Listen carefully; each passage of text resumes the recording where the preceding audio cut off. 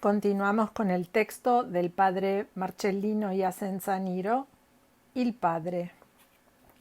Capítulo: Descuidar la Eucaristía. Muchos de los que se confesaban con el Padre quedaban maravillados, más bien escandalizados, cuando ellos acusaban que no iban a misa los domingos y él interrumpía la confesión y los echaba fuera.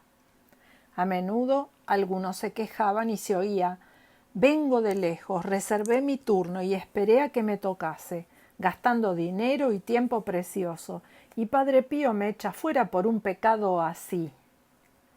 Para estos, el no participar en la Eucaristía, el día del Señor, era un pecado así, como querer significar un pecado de poca importancia. El Concilio Vaticano II nos recuerda: en la última cena, en la noche que iba a ser traicionado, nuestro Salvador instituyó la Eucaristía, sacrificio de su cuerpo y de su sangre.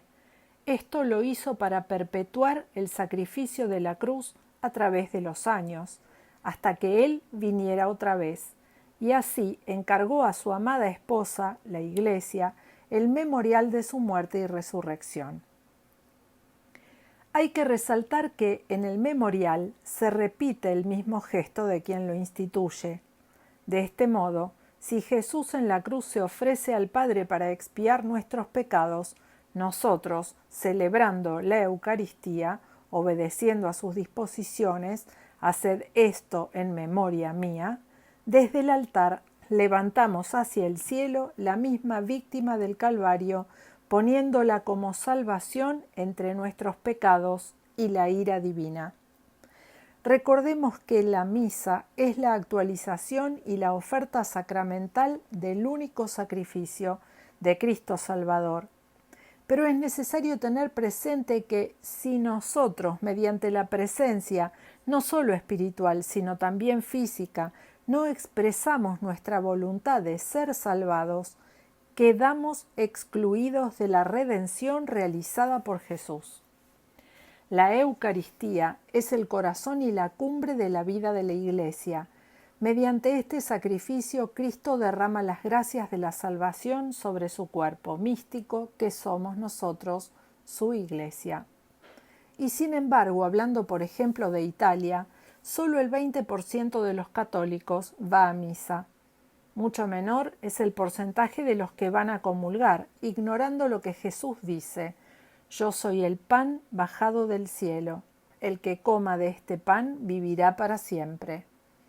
El Gran Maestro nos presenta la misma realidad, pero hablando en negativo: «Si no coméis la carne del Hijo del Hombre, no tenéis vida en vosotros». Santa Teresa del Niño Jesús hace esta observación sobre el cristiano que no se nutre del pan del cielo. Cuando el demonio ha conseguido alejar un alma de la Santa Comunión, ha alcanzado su objetivo. Y frente a esta tremenda realidad evidenciada por la Santa de Lisieux, ¿podría Padre Pío quedarse tranquilo sin sacudir con toda la fuerza profética que poseía a quien dormía sueños tranquilos en una situación de superficialidad que lleva al alma a la muerte? Pero tenemos que observar otra cosa. Los que venían a hablar con el Padre para pedir su ayuda, descuidando al mismo tiempo la Eucaristía, no se daban cuenta que el santo sacaba todas sus fuerzas de intercesión ante Jesús justo de la Santa Misa, en la cual ellos, renovando la pasión y muerte del Hijo de Dios, unía su sangre al de la víctima divina para expiar las injusticias de los hombres de todo el mundo, seguro, pero poniendo en primer lugar los presentes, los que a San Giovanni Rotondo se le acercaban y lo rodeaban como a un protector.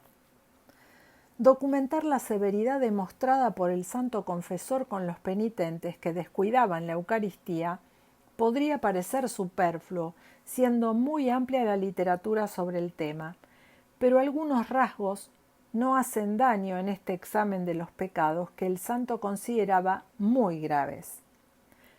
Un médico de Taranto a principios de los años 50 un día se arrodilló a los pies del padre para confesarse.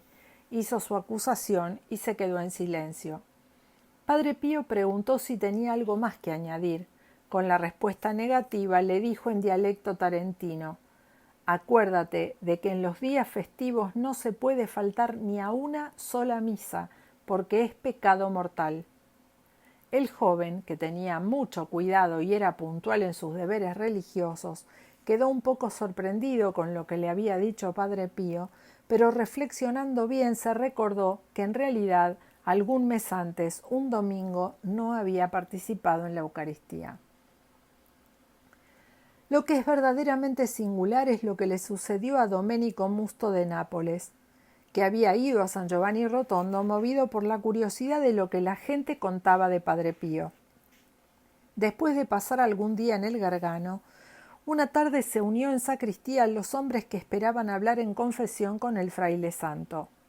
Cuando llegó su turno, abrió la cortina que separaba el ángulo del coloquio de la sacristía y se acababa de arrodillar cuando el padre, con un gesto perentorio, le hizo un ademán para que se alejara. Él, no dándose por aludido, se quedó en su sitio. El padre, que tenía los ojos cerrados y con la mano derecha se mantenía la cabeza teniendo la mano apoyada sobre el reclinatorio, finalmente lo miró y le dijo: ¿Has entendido que te tienes que ir? Pero yo me tengo que confesar, replicó el otro. Y el padre, un poco irónico: ¿Ah, sí? ¿Tú te tienes que confesar? Y después de mirarlo fijamente añadió: Tú eres un abogado, ¿verdad? El penitente asintió. El confesor continuó: Eres un buen abogado para los demás, pero un mal abogado para ti mismo, porque no cuidas tus intereses espirituales. Tú no vas a misa. El santo hizo una pausa y después continuó: Empieza a ir a misa, y dentro de 6 meses vuelves, porque aún estaré aquí. Estábamos a principios de 1968. El abogado, obedeciendo, se alejó. Regresó después del tiempo fijado por Padre Pío, que lo acogió, y hoy no se pierde una santa misa. Y si por causas que no dependen de su voluntad le sucede que no puede mantener la promesa que le hizo al Padre, ve, él afirma, su mirada severa que lo advierte. Es necesario decir que el santo entró en la vida de este penitente no solo como médico del alma, sino también del cuerpo. De hecho, cuando descubrió que estaba muy enfermo, Padre Pío lo salvó de una muerte segura. Paz y bien, en nombre de la Animación Argentina de los grupos de oración de San Pío de Pietrelcina.